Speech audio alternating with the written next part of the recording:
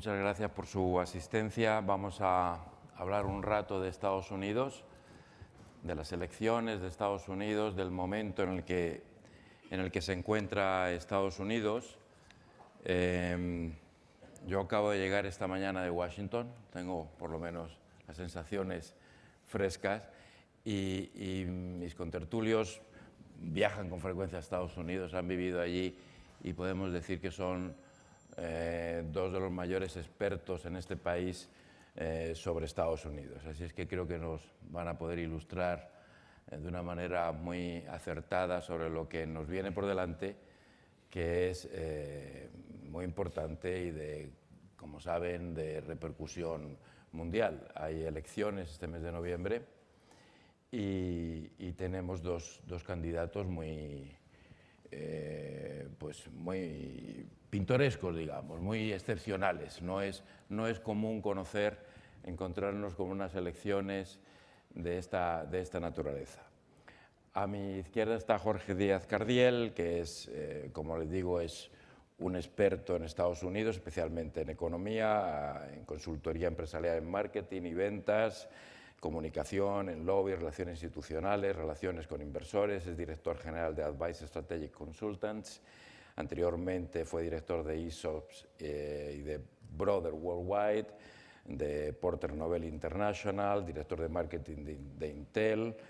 Trabajó como periodista también de economía y negocios en la Actualidad Económica y en Europa Press y es autor de varios libros sobre economía y relaciones internacionales con un foco especial en Estados Unidos, Obama y el liderazgo pragmático, creo que es su último título, ¿verdad?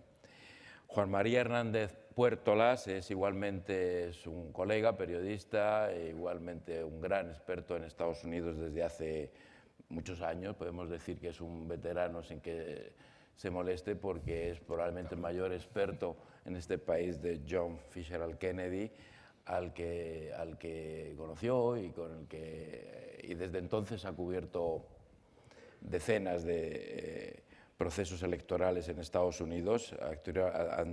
Actualmente es director de comunicación de Abertis y anteriormente ha sido director de comunicación externa de Criteria Caixa Corp, que es el grupo inversor y de participaciones industriales y financieras de la Caixa. Lleva escribiendo artículos, como digo, desde hace 40 años, especialmente en el periódico La Vanguardia, en el que ha trabajado mucho tiempo y es igualmente autor de un libro sobre Estados Unidos cuyo título es Objetivo, la Casa Blanca. Así pues, saben de lo que vamos a tratar, saben de cómo son unas elecciones en Estados Unidos, de lo que se juega y de lo que se juega en estas especialmente. Como les decía, yo llego hoy de Washington y veía ayer un obituario en el Washington Post y es un obituario que me llamó la atención, es un obituario de una señora que se llama Mary Ann Alfred, que dice, enfrentada a la perspectiva de tener que elegir entre Donald Trump y Hillary Clinton, Mary Ann Nola de Richmond pasó a otra vida. Y lo curioso es que el periódico recuerda que no es inusual este tipo de obituarios, digamos, politizados en Estados Unidos. El Washington Post publicó 5 en la campaña de George W. Bush contra Kerry, 28 en la de Barack Obama contra McCain, 22 en la campaña de Barack Obama contra Mitt Romney, pero lleva 119 obituarios de estas características en la anterior campaña y solo estamos en el mes de junio. Lo que demuestra, fuera de las bromas y la anécdota, que estamos ante una campaña de una tremenda polarización y en un momento muy particular de Estados Unidos. Yo he visitado mucho Estados Unidos en los últimos meses por razones personales, he vivido en Estados Unidos cerca de 15 años, la mayor parte de ellos como corresponsal del país, y realmente le estaba diciendo antes a mis colegas que algo se está estropeando en Estados Unidos. que la solidez que yo he apreciado siempre en ese país de alguna manera está en este momento en riesgo, porque nos encontramos ante unas elecciones que, como ocurre con el Brexit, no pueden arrojar un resultado bueno. Pueden arrojar un resultado mejor, que desde mi punto de vista es que Hillary Clinton gane las elecciones. Pero igualmente, si eso ocurre, será después de una campaña que va a dejar al país muy dividido y que va a dejar en la Casa Blanca un presidente que despierta muchas simpatías, pero que también despierta mucha animadversión. Y que, por tanto, probablemente estamos en una coyuntura en la que Estados Unidos va a entrar en un momento delicado. Ese es mi diagnóstico inicial como para abrir el fuego y por donde quiero empezar cuestionando a mis colegas y amigos. Jorge, ¿compartes esa impresión? ¿En qué momento ves a Estados Unidos actualmente? En un momento crucial, porque se está dando un cambio sociológico muy fuerte en la sociedad americana. En sociología tenemos más o menos estudiado que cada 8 o 10 años se producen cambios en las sociedades, en las comunidades, en los países, cambios de mentalidad, de pensamiento, de principios, de valores, y hay algunos que en Estados Unidos han permanecido teóricamente incólumes a lo largo de las décadas. Uno de ellos podría ser, por ejemplo, pues, la primacía del capitalismo como sistema económico en Norteamérica. Otro sería lo que denominamos el American Dream, que, por ejemplo, Clinton, tanto esposa como esposo, definen como trabaja duro, sigue las normas y conseguirás lo que te propongas. Bueno, pues estos principios básicos estamos viendo en sociología que en la sociedad americana se están viniendo abajo. Es decir, la gente, la población general, en grandes números, empieza a ser escéptica con respecto a esto. De tal manera que puede parecer anecdótico, pero bueno, aparece un señor como Bernie Sanders, que para mí en Estados Unidos sería una anomalía estadística. ¿Por qué? Porque se autodenomina como socialista demócrata. Esto hace 20 años hubiera sido impensable, llamarse socialista, socialdemócrata quizá, pero socialista en América es muy fuerte, ¿no? Y se lleva de calle pues 14 o 15 millones de votos, gente joven, gente que dice que está desencantada con el sistema y que no cree en el American Dream y que no cree en el capitalismo. Entonces, dices, bueno, son síntomas de que en la sociedad americana pasan cosas, por no hablar de algo que tú has mencionado que es esencial, y es la polarización tan fuerte que hay entre las dos Américas, entre las muchas que podríamos identificar, simplificando derecha e izquierda, y que tiene visiones contrapuestas prácticamente en casi todas las cuestiones de la vida. Manuel. Gracias, Antonio. Primero de todo, me hubiera encantado conocer al presidente Kennedy, pero soy mayor, pero no tanto. Conocí a Ted Kennedy, de hecho le entrevisté un par de veces, pero al presidente lamentablemente no le conocí. Yo querría empezar un poco al hilo de lo que comentaba y lo que comentaba Jorge, de una palabra que suena igual en inglés y en castellano y sin embargo tiene un significado completamente distinto, que es compromise. Comprometerse en castellano significa que te comprometes con algo, que es un reto, etc. Compromise en inglés es que pactas. El sistema americano, los Founding Fathers, los padres de la Constitución, elaboraron un sistema antitético de la corona británica que está forzado al compromiso en el sentido americano, a llegar a acuerdos. Cuando la sociedad se polariza, como es la realidad actual, el diagnóstico es muy malo, porque realmente un senador puede bloquear el Senado, lo hemos visto desde el punto de vista republicano, hasta paralizar el gobierno, y ahora, hace 48 horas, pues un senador demócrata intentó paralizarlo también para aprobar, sin éxito, algunas medidas contra las armas de fuego. Pero claro, si el sistema, por ejemplo, luego hablaremos, supongo, de Donald Trump, pero Ted Cruz en ese sentido casi era más peligroso, porque Ted Cruz, su idea era dinamitar Washington, es decir, era la antítesis, estoy en contra del sistema, desde la derecha religiosa, derecha conservadora, etcétera, etcétera. Claro, cuando no hay voluntad de pacto, realmente el tema es muy peligroso. Y pase lo que pase en las elecciones de noviembre, no da la sensación de que eso nos conduzca hacia un mayor consenso, hacia un mayor compromiso hacia un mayor consenso, quiero decir, más que compromiso entre las dos grandes fuerzas. De hecho, estamos hablando desde la época de, pues yo diría desde el año 92, de la época de Clinton, de estados rojos y estados azules. Los estados rojos no cambian, los estados azules no cambian. Cada uno cambian 4 o 5 de los famosos swing states, pero el país sigue absolutamente polarizado. Hace como 3 años, creo aproximadamente, Antonio Muñoz Molina publicó un libro, un ensayo muy brillante, cuyo título creo que era Todo lo que era sólido, en el que venía a explicar que todo lo que era sólido en nuestro entorno, todo lo que dábamos por perdurable y consistente, se estaba de repente desvaneciendo. Saco este libro a colación porque tengo la impresión de que vivimos una época de alguna forma similar y especialmente en Europa, donde estamos viendo, ahora que estamos a muy pocas horas del referéndum crucial en el Reino Unido sobre la permanencia del Reino Unido en la Unión Europea, estamos viendo que Europa se desvanece o corre el riesgo de desvanecerse. Y que lo que creíamos tan sólido como eran los pilares europeos, la Unión Europea, la OTAN, de repente no parece tan sólido. ¿Creéis vosotros que, sin embargo, el otro gran pilar de estabilidad, que es Estados Unidos, podemos confiar en su solidez? En otros momentos en que Europa ha pasado por muy malos momentos, malas crisis, afortunadamente hemos encontrado que Estados Unidos estaba sólido en su papel. ¿Creéis que podemos confiar en la solidez de Estados Unidos en los próximos años, ante las próximas circunstancias? Jorge. Sí, yo creo que sí, rotundamente sí.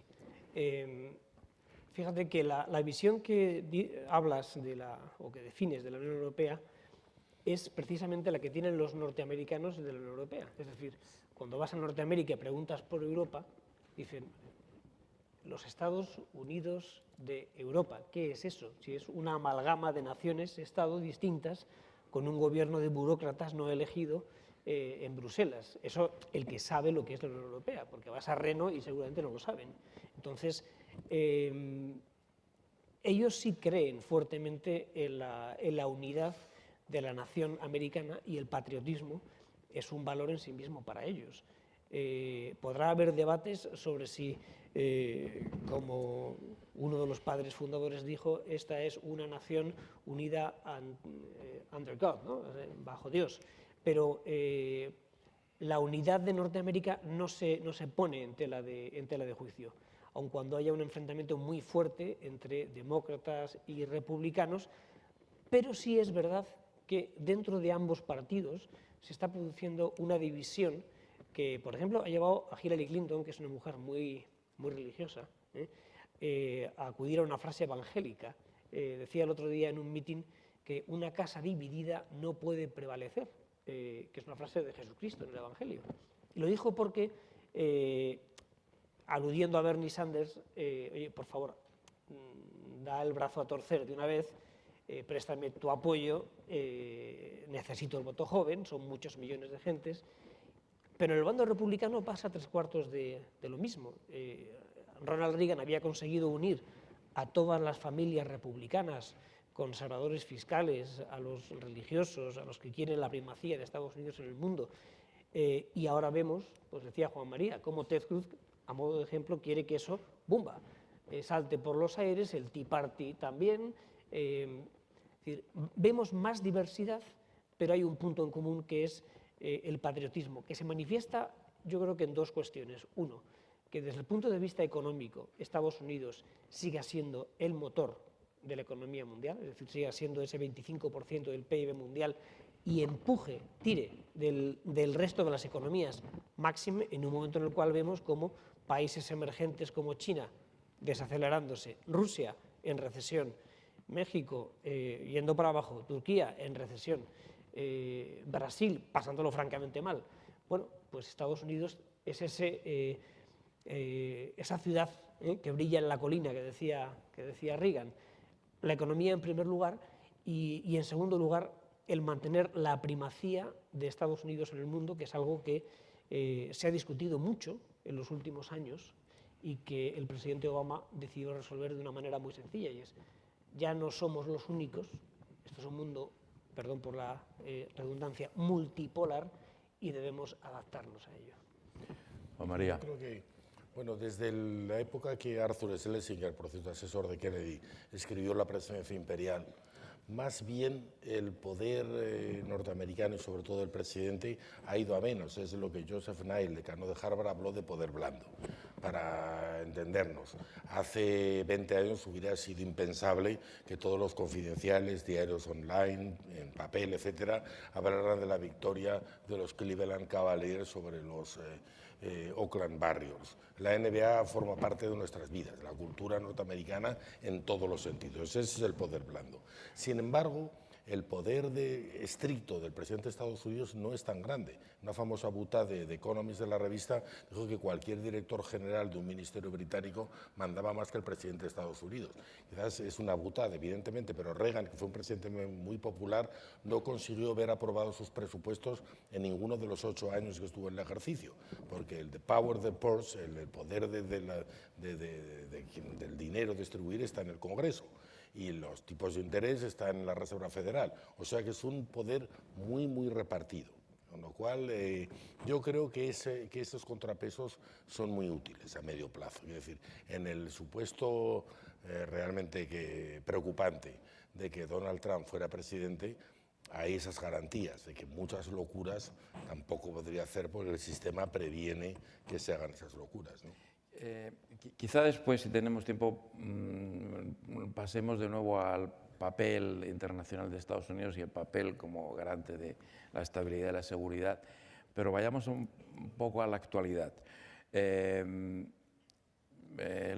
Hubo un tiempo en el que en Europa se consideró que el presidente Reagan era un hombre peligroso para la seguridad europea. Yo recuerdo tiempos en los que hubo grandes manifestaciones y que Reagan tenía dificultades para viajar por Europa porque era objeto de grandes protestas. Claro, entonces no conocíamos a Trump.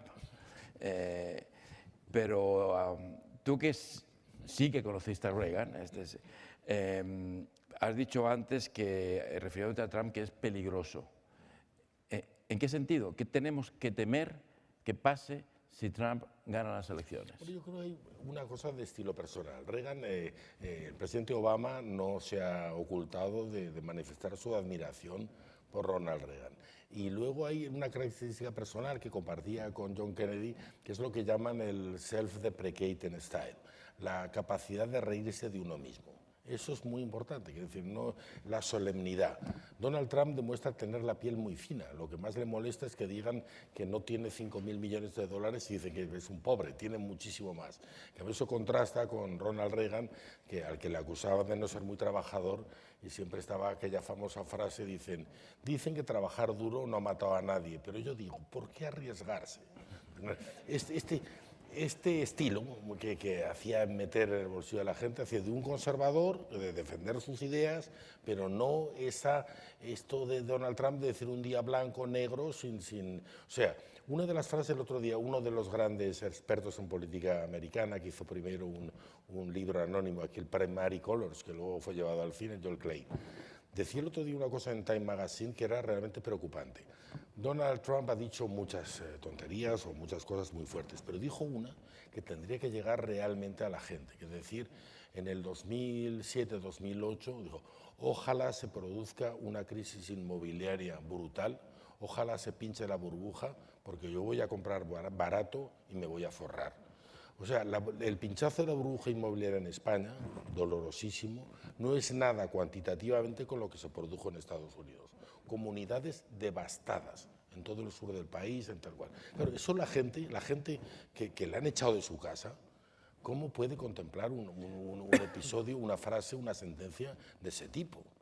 realmente es bastante inconcebible. En ese sentido yo creo que es peligroso, ¿no? Al margen de sus comentarios sobre mujeres, hispanos, musulmanes, disminuidos físicos, en fin, como dicen los americanos, you name it, ¿no?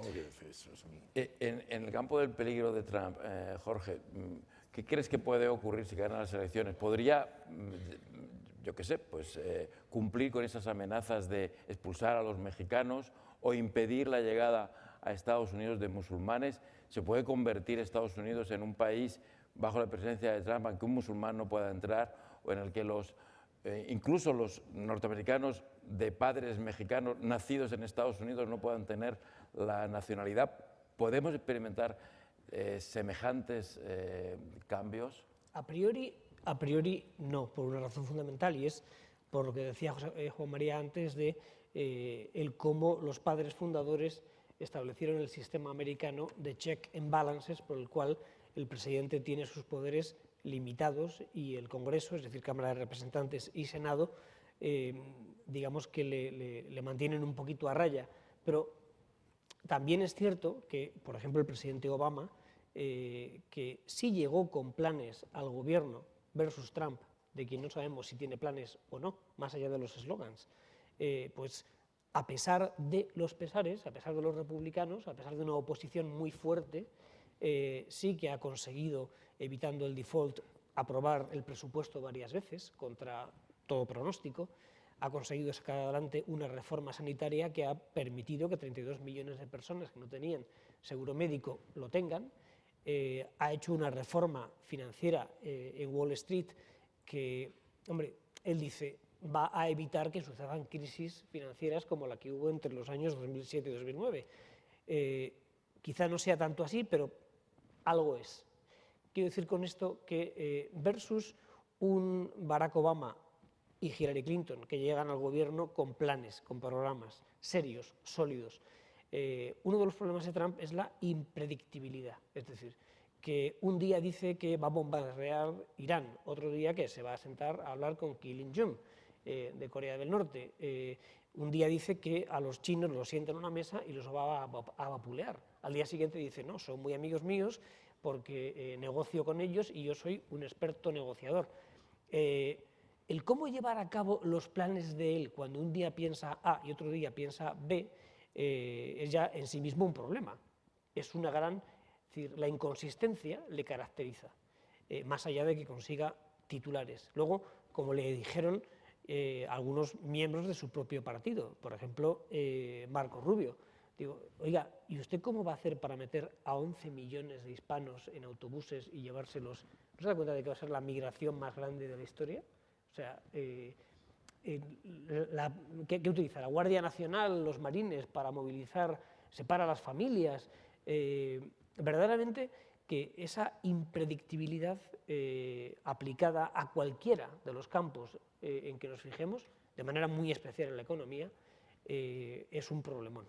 Yo creo que sus planes no son realistas y que ni siquiera son planes, son formas de apelar no sé si al corazón o al estómago de su electorado.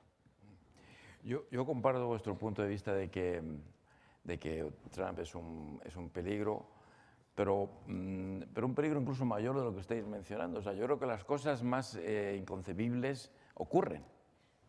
Que lo que hoy resulta casi inimaginable puede suceder y que en la historia nos enseña que así es. En Estados Unidos, de hecho, hemos conocido épocas muy oscuras de internamiento de los japoneses en campos de internamiento, y también hubo una especie de detención masiva en todo el país y persecución masiva en todo el país de japoneses. No era una comunidad tan mayoritaria como son los hispanos, pero creo que hay que estar alerta. Ha ocurrido Guantánamo, han ocurrido cosas atroces en un país que es capaz de lo mejor y de lo peor, y creo que coincidimos en eso, y que por tanto el nivel de distorsión que Trump puede introducir en la política norteamericana es realmente brutal. Yo creo que, para empezar, su mejor amigo en el área internacional va a ser Putin. Porque se van a entender perfectamente, creo que va a haber inmediatamente una gran comunicación, y porque no está Berlusconi, si no el segundo sería Berlusconi. Y ese es el tipo, así va a manejar, creo, las relaciones internacionales sobre la base de afecto, pero que no le va a interesar en general organizaciones como la OTAN, ni los compromisos que tiene asumidos Estados Unidos en el orden militar, en el orden comercial, en el orden diplomático. Creo que todo eso se lo puede perfectamente saltar a la tolera y convertirlo en papel mojado de la noche a la mañana con el nivel de desequilibrios que eso puede generar internacionalmente. Y la pregunta que quería introducir es si Trump es todo esto. A mí ya me sorprendió que haya conseguido la nominación. Me sorprendió enormemente. Yo creía que Trump quedaría fuera pues no sé, en Iowa o como mucho en New Hampshire, pero ha llegado hasta aquí y va a ser nominado con el apoyo de todo el Partido Republicano, que desde mi punto de vista ha inclinado la rodilla ante él desde el primero al último republicano. ¿Por qué ha ocurrido esto? Yo creo que ahora hace 5 días y un año que se presentó en medio del escepticismo general. Hace 4 años se había hecho famoso por decir que me presento, que no, cuestionando la americanidad de Barack Obama, el famoso birther, que se había nacido en Kenia, etcétera, etcétera. Y realmente, bueno, hasta el famoso colega que se tragó la columna en papel, había dicho que nunca ha desafiado todas las normas que se daban como principios de fe en la política americana. Punto número 1, que lo importante es estar bien organizados los estados, organización 0. Punto número 2, que era muy importante, los commercials, los anuncios de televisión en los mercados importantes. ¿Qué va? Él ha sido all press is good press. Sí. Ha sido capaz de ser noticia él mismo, hasta el punto de elevar la audiencia brutalmente de los debates televisados. O sea que realmente pues, es un tema preocupante. Ahora bien, en los fríos números, siendo el candidato republicano en toda la historia del Partido Republicano, que entre primarias y caucus ha conseguido más votos, 13 millones de votos, ¿es capaz de conseguir de esos 13 los 65 millones de votos que hacen falta en noviembre para ser presidente? Yo, quizás wishful thinking, confundir los deseos con la realidad, me permito dudarlo, que consiga 65 millones, sobre todo cuando las encuestas revelan hoy que tiene el 75% del electorado en contra. 75% y que hoy dice que no votaría nunca a Trump. Ahora, el futuro es imprevisible. Yo recuerdo una vez una entrevista con el gobernador de Pensilvania, era justo antes de la elección de Obama, que decía, los demócratas vamos a ganar las elecciones del 2008, aunque presentamos a Michael Jackson como candidato. Ahora bien, si de aquí hay un atentado tipo Torres Gemelas, perdemos las elecciones. O sea, aquí hemos visto lo de San Bernardino, hemos visto lo de Orlando, realmente el tema de la seguridad es importante y eso puede hacer, yo insisto, sigo creyendo que se impondrá la racionalidad, sigo creyendo que California, todo el este, etcétera, es imposible que gane Trump y que volverá a decidirse en los 8 o 10 estados importantes, en Florida, Wisconsin, Colorado, etcétera, etcétera. Pero realmente lo que ha demostrado este año pasado, este año y 5 días, es que es imprevisible. Nadie habría dicho que Donald Trump fuera capaz de ganar la nominación republicana. Jorge. Pues quiero retomar la cuestión donde la deja Juan María a propósito, porque en circunstancias normales de presión y temperatura, es decir, pongamos por caso que no hay un atentado fuerte, como tú dices, parecido al del 11S, y por tanto hay una campaña electoral, entre comillas, normal, no en circunstancias excepcionales, pues hay que acudir a la sociología y a la demografía de Estados Unidos a día de hoy, y quiénes son los segmentos electorales que van a ir a las urnas. Entonces, claro, uno se encuentra con que ¿quién compone esos 65 millones de votos? Pues claro, por un lado tenemos, obviamente, a los blancos, mayoritariamente clase media. Bueno, tenemos a las mujeres, el 51% del electorado, que en general mayoritariamente no tiene ningún afecto por Trump, porque sus continuas declaraciones, ataques a la mujer a mujeres concretas y a la mujer en general. Pues no les ha gustado, no les ha gustado, valiente obviedad. Pero claro, estás alienando un 51% del electorado. Hispanos, claro, en la medida en la cual los llamas violadores, traficantes, y dices que les vas a poner de patillas en la calle, pues, hombre, son un 13% del electorado. Hay 50 millones legales, algo más, y 11 millones ilegales. Pero 50 tienen derecho a voto. Bueno, pues ¿a quién van a votar? Ya sabemos que un 78% está a favor de Clinton, no a favor de él. Los afroamericanos, en fin, atrás no quieren verle ni en pintura, ni en pintura. Representa para ellos todo lo que no quieren. Entonces, a día de hoy, en las encuestas, no digo ya en las primarias, donde han votado efectivamente pocos millones de americanos, pero las encuestas en todo Norteamérica, en los 50 estados, nos dicen que el 90% de los afroamericanos que van a ir a votar lo harán por Hillary. Los asiáticos, que son el 8% del electorado, 3/4 de lo mismo. Las minorías, digamos que se vuelcan en torno a Hillary Clinton, donde ven sensatez, donde ven una cierta continuidad con las políticas de Obama. Uno dice, hombre, Obama es perfecto. Yo tengo una cierta querencia por él, esa es la verdad. Por eso he escrito tantos libros sobre el personaje. Pero claro, es que con él se han creado 14,5 millones de puestos de trabajo. ¿Que no serán perfectos? Bueno, ya los quisiéramos nosotros. Insisto en lo de la reforma sanitaria. A mí se me puso la niña con 2 años enferma en el estado de Nevada, en un sitio más perdido que la puñeta, y si no es gracias a la ley sanitaria de Obama, mi hija muere, sin entrar en más detalles. Con lo cual estoy muy agradecido. Esto fue hace 4 años. Bueno, pues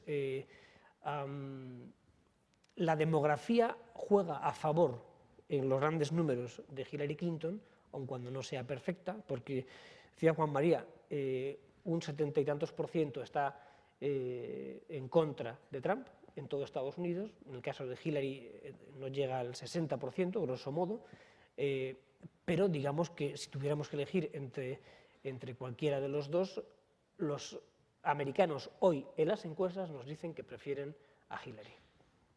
Yo, en fin, ojalá que vuestros pronósticos sean los acertados. Yo creo que está el partido más por disputar todavía, entre otras cosas porque en Estados Unidos yo tengo la impresión, Jorge, no sé, tú decías que efectivamente Obama ha hecho un gran trabajo y creo que lo ha hecho en términos generales, creo que ha sido un buen presidente o más que buen presidente. Pero la sociedad norteamericana no tiene sensación de haber salido bien de la crisis. Y eso es algo similar a lo que ocurre en España, similar a lo que ocurre en otros países. Aquí elogiamos bastante los éxitos de Estados Unidos en el combate a la crisis de 2008 y efectivamente dio los primeros pasos, los dio la dirección acertada y las cifras no son malas, pero la sensación de la sociedad es que el país ha retrocedido y que sigue viviendo en crisis y que los desequilibrios se han acentuado y las desigualdades sociales se han agudizado y que el problema no está resuelto ni mucho menos. Tienes razón. Tiene razón. De hecho, acudo de nuevo a las encuestas y lo hago porque representan la población general y no a 4 personas. Efectivamente, se han creado 14,5 millones de puestos de trabajo y en la crisis se habían perdido 8,5 millones. La tasa de paro hoy está en el 4,7, lo cual significa en Estados Unidos prácticamente pleno empleo. Ahora, ¿por qué hay ese descontento? Por 2 motivos. Uno, porque los salarios no se han prácticamente incrementado en los últimos 8 años, han permanecido, iba a decir, estables en el mejor de los casos, lo cual quiere decir que el poder adquisitivo de los americanos hoy sigue siendo el mismo que el que había hace 8 años, con lo cual, bueno, pues la gente está descontenta en ese sentido. Segundo, los nuevos empleos no son de no calidad o no tienen calidad, como hablamos aquí en Europa, que es lo que ha llevado a los jóvenes, mayoritariamente hasta en un 80%, a apoyar a Bernie Sanders, en el caso del Partido Demócrata, como manifestación de su descontento, mientras que Bernie Sanders apelaba a un tipo de economía más parecida a lo que él entiende que es esa red social que existe en Europa y que no tienen en Norteamérica. Al principio lo dije, hay desconfianza, escepticismo con respecto al sueño americano. Ya la gente no se lo cree tanto, aunque haya trabajo, pero no es un trabajo tan perfecto como en la época de Clinton. Es decir, la época de Clinton fue maravillosa. Se creaban 240.000 empleos cada mes, pero empleos de calidad, en Silicon Valley, en todo Norteamérica. Entonces, hoy tú has hecho alusión a algo muy importante que no hay economista que no mencione, y es the income inequality, es decir, la desigualdad de ingresos entre unos y otros. Y eso está afectando la moral de los americanos en el día a día. ¿Y crees que eso explica, Juan María, el fenómeno Trump? En gran parte sí, yo creo que hay un fenómeno que no es de hoy, ya se tradujo en la campaña de McCain y de Romney, y se está traduciendo curiosamente en lo del Brexit también. Una frase que en inglés es bring our country back. Queremos traernos de un país que probablemente no existe, una nostalgia de las cosas como fueron. David Halberstam, que fue un gran periodista, cubrió la guerra de Vietnam, hizo un libro fantástico que era de los 50s. En los años 50 del siglo pasado era para un trabajador con formación muy básica, los 2 coches, el que la esposa no trabajara, su casita en las afueras, etc. Eso se ha acabado. Riámonos de la precarización del empleo en España. La precarización dura es en Estados Unidos, realmente, porque ha sido devastador. Trabajos precarios los hay muchos, pero el impacto sobre la clase media ha sido brutal. Y realmente eso justifica, en teoría, o explica, querría decir, cómo Donald Trump es, contrario a toda la filosofía histórica del Partido Republicano, proteccionista. Es decir, a los chinos los voy a meter en cintura con unos aranceles que los voy a dejar, o estoy en contra del TPP, del Tratado del Pacífico, o una cosa que realmente, si pensamos fríamente, parte de razón no le falta, decir, ¿por qué tenemos que asumir toda la defensa de los europeos y por qué somos el mayor contribuyente de la OTAN? Habría ahí que llegar a un cierto reequilibrio. Ese mensaje, para bien o para mal, llega a la gente. Y el miedo, ¿no tienes la impresión? El miedo y la ira, una mezcla. El domingo pasado era Father's Day en Estados Unidos y es el día, por tradición, que más se juega el golf en el país. Porque uno de los regalos que le hacen las familias al padre es permitirle que se vaya a jugar al golf. Y eso es el regalo. Y entonces hay una explosión en todos los campos de golf. Y entonces ahí se ve como ese suburbio rico americano, ese sí sigue viviendo extraordinariamente. Incluso ha mejorado su calidad de vida, porque ahora los Dunkin' Donuts han sido sustituidos ahora por unas cafeterías de corte francés, donde comen cosas más exquisitas que sus tradiciones, y ese gran suburbio que celebra el Father's Day jugando al golf y todo eso, pero ese sector de la sociedad están muertos de miedo. Esos son votantes potenciales de Trump, porque realmente tienen miedo de perder esos privilegios cuando ven que las clases medias los empiezan a... Se han empobrecido. Claro, su entorno. Y ahí hay un voto de Trump creo yo, muy importante. Una periodista del Time también ha inventado un término, un palabra que es financiarización, que es verdad que realmente, claro, el sector bancario ahora prácticamente es endogámico, o sea, que presta propio, fusiones, etcétera, y no financia a las empresas, que realmente, entonces, hipotecas, por supuesto, pero claro, se crea una élite más o menos financiera que salió bastante impávida de la crisis de Lehman Brothers 2008-2009 y produce una cosa que era como muy demagógica, Wall Street versus Main Street, la calle principal contra Wall Street. Hoy en día es cierto. Hoy es cierto.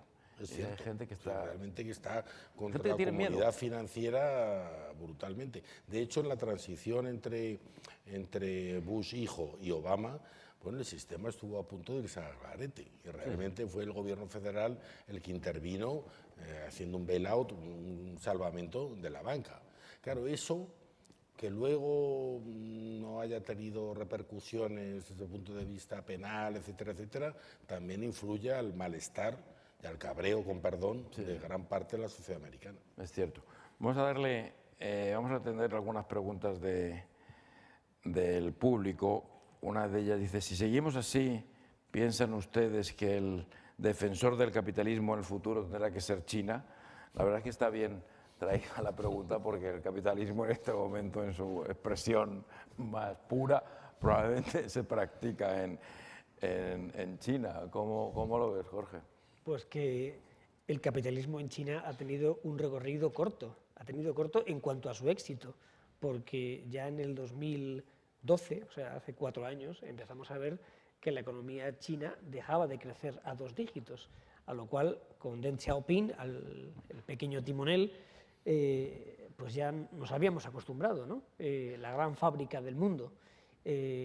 Cierto que el capitalismo de Estado chino ha conseguido que 400 millones de personas salieran de la pobreza, pero claro, 400 millones de 1.500, el resto siguen viviendo con un cuenco de arroz, simplifico, y no hay seguridad social, y no hay pensiones, y no hay sanidad pública. Es decir, es un tipo de capitalismo, será de Estado, pero muy duro, francamente duro, y con las patas cortas, porque llevan 4 años desacelerándose y las previsiones económicas no son buenas.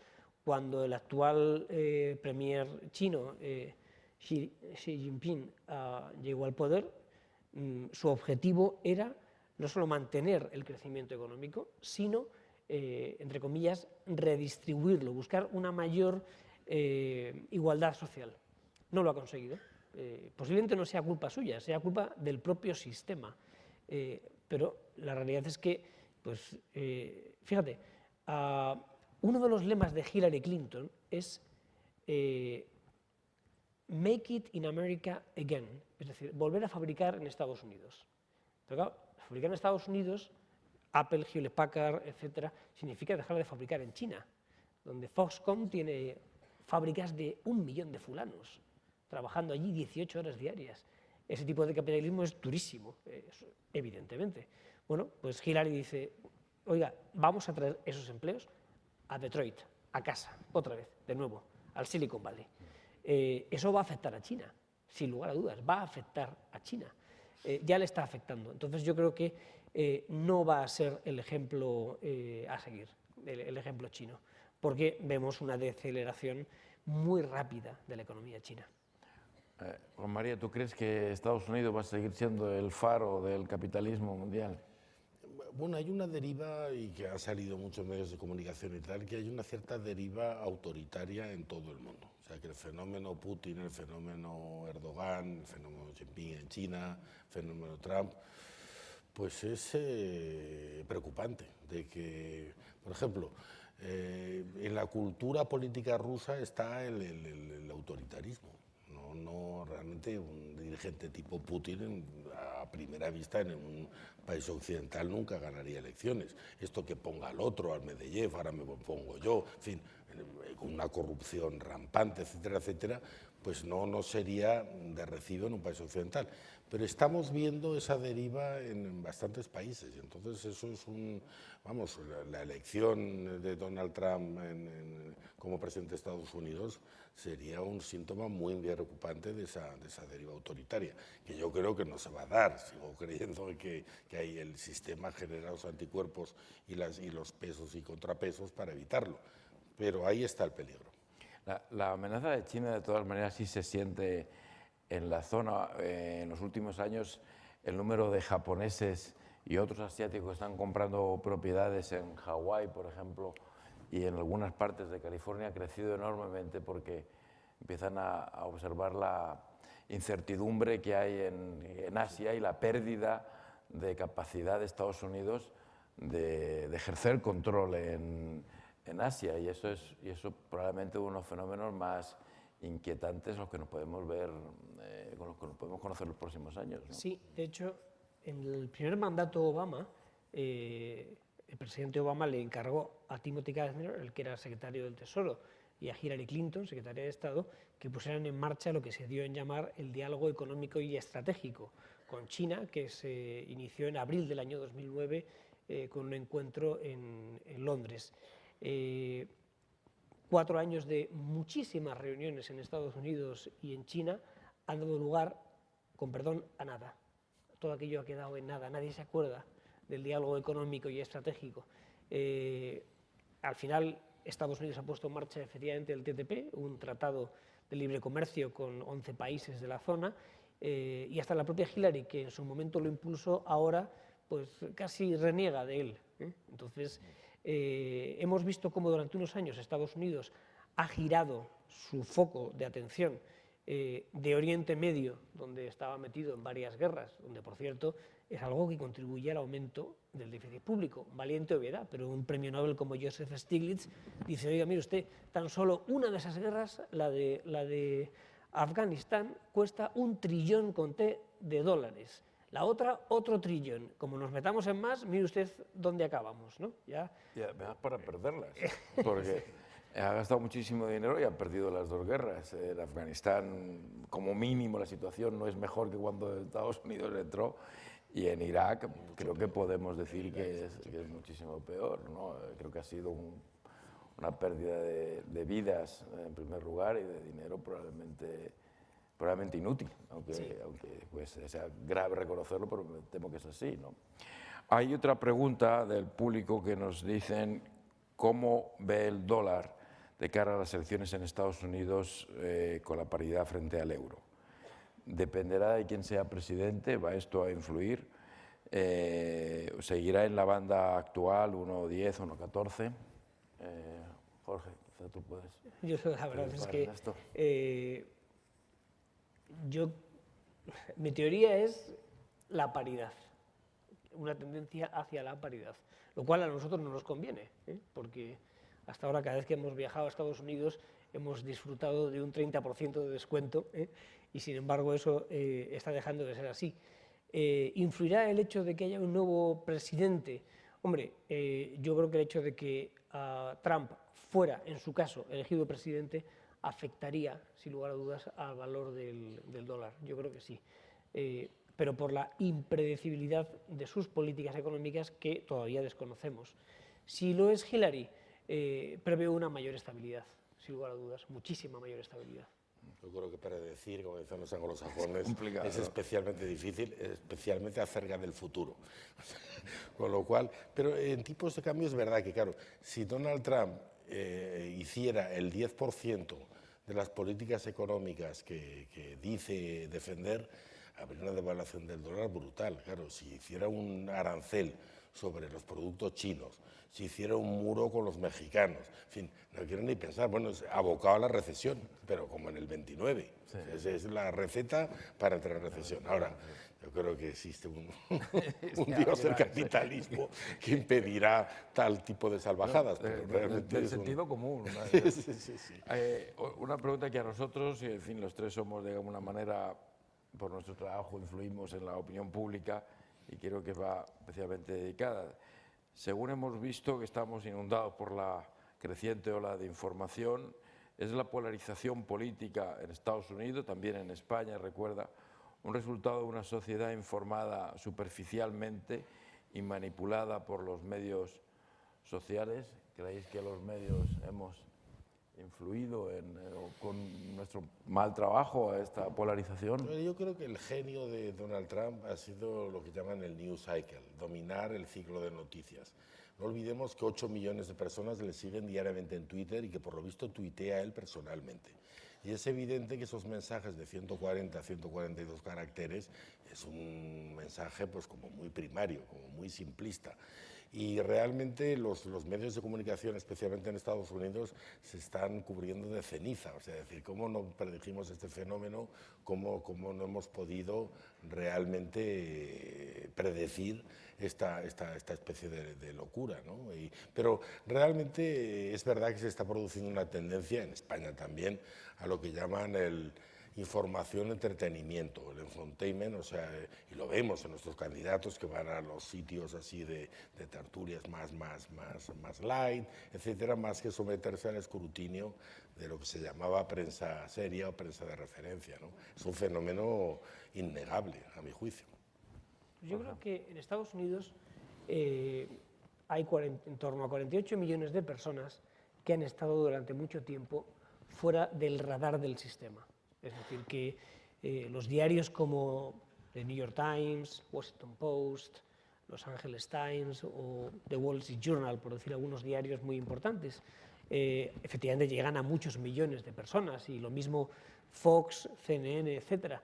Pero las redes sociales, los medios sociales de comunicación, han dado voz y voto a un montón de personas que no tenían forma de expresarse, a esos 48 millones de personas que digo que estaban fuera del radar del sistema, y que cuando han tenido la oportunidad de hacerlo a través de redes sociales, lo han hecho encontrándose con candidatos presidenciales por vez primera en la historia francamente atípicos, como son Bernie Sanders o Donald Trump, dos extremos opuestos en cuanto a sus políticas y sus ideas, pero que representan alternativas a lo que llamaríamos la política de siempre, la que puede representar una Hillary Clinton o un candidato republicano más o menos normal, ¿no?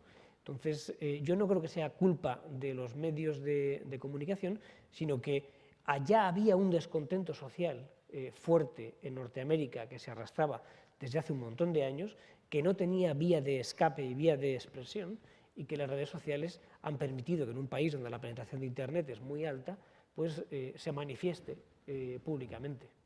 Yo creo que aunque la persona del público que hace la pregunta nos tiende la trampa de que hablemos de España, estamos aquí sentados para hablar de Estados Unidos y no vamos a caer en esa trampa, con todo el respeto. Pero yo creo que hablando de Estados Unidos, que lo cual me permite hablar con más libertad, porque mi responsabilidad en eso es muy secundaria, yo creo que sí, que los medios han tenido una gran responsabilidad en el ascenso de Trump, y que los medios han actuado irresponsablemente con Trump, que lo han encontrado un fascinante divertimento en esas épocas de la campaña en la que la información política es muy aburrida, porque piensa que las campañas en Estados Unidos duran 2 años y hay un tiempo en el que es aburridísimo. Recordaréis que esos debates que había en el verano pasado, o antes, la primavera del año pasado, en lo que había 14, 15 candidatos debatiendo, eso para los medios era, en fin, insostenible, una ruina, y la figura de Trump era lo que daba atractivo, lo que hacía atractivo esos debates, y los medios ensalzaron a Trump, que le rieron todas sus gracias y de alguna manera lo legitimaron, que no era una figura legítima, plenamente legítima, no era una figura plenamente del sistema hasta hace poco. Lo último que hizo Trump en televisión era presentar un concurso. ¿Recordáis el concurso You Are Fired? Que era un concurso, en fin, un concurso que era una chorrada de concurso, en el que ponía a prueba a determinadas personas, a hacer unas pruebas estúpidas, y él, que era como el juez, y los You Are Fired, decía, un grito que... Pero, en fin, no había salido de ese entorno de la mediocridad y la simpleza. Y los medios que dan respetabilidad, la CNN, la CBS, jugaron, sobre todo las televisiones, jugaron con la figura, les hizo gracia, les daba audiencia, y lo hicieron un candidato legítimo sin cuestionarlo severamente. Trump apenas ha ido a un estudio de televisión a someterse a una entrevista, digamos, seria con un periodista de reputación. Apenas ha hecho eso en la televisión americana. Sin embargo, cada vez que llamaba a él por teléfono a un programa para intervenir, le daban paso. Le daban paso, decía lo que él quería decir, establecía el mensaje que quería establecer y se despedía. Adiós, muchas gracias. Cobertura, Antonio, totalmente, cobertura gratuita, estoy de acuerdo. Y luego una cosa que también en España es válida, pero bueno, en Estados Unidos especialmente, tú que has vivido, que son las famosas teorías de la conspiración. Escuchar lo que de alguna forma, insinuar lo que de alguna forma la gente quiere oír. Por ejemplo, una de las más estrambóticas fue cuando Ted Cruz aún tenía alguna posibilidad de negarle la nominación en vísperas de las primarias de Indiana. Salió pues, el National Enquirer, en fin, una revistucha, que dijo que había visto al padre de Ted Cruz con Lee Oswald, con el presunto asesino de Kennedy. Y Donald Trump dijo, la prensa tendría que investigar eso, ahí hay algo. Era una cosa, pero bueno, absurda. Y ahora mucho más trágico a raíz de la matanza de Orlando, dice, el presidente Obama se niega a decir la frase islamistas radicales. Algo nos está ocultando. O sea, dejar un poco la duda, que ya es el colmo, de insinuar que el presidente es cómplice de un atentado presuntamente terrorista. Eso ha sido forma parte, y estoy de acuerdo contigo, Antonio, la prensa o los medios de comunicación, no diré que le han reído las gracias, pero evidentemente le han dado la cobertura para decir, oiga, esto todo tiene un límite, ¿no? Muy bien, pues tenemos aquí un reloj que está en rojo ya hace algún tiempo, que creo que nos indica que nuestro tiempo ha acabado. Jorge, Juan María, muchísimas gracias. Creo que, en fin, ha sido muy interesante, por lo menos para mí. Espero que haya sido también interesante y útil para nuestro público. Y no vamos a decir aquí, como se dice cortésmente, que en noviembre gane el mejor. No, tenemos que gane la mejor. Muchas gracias.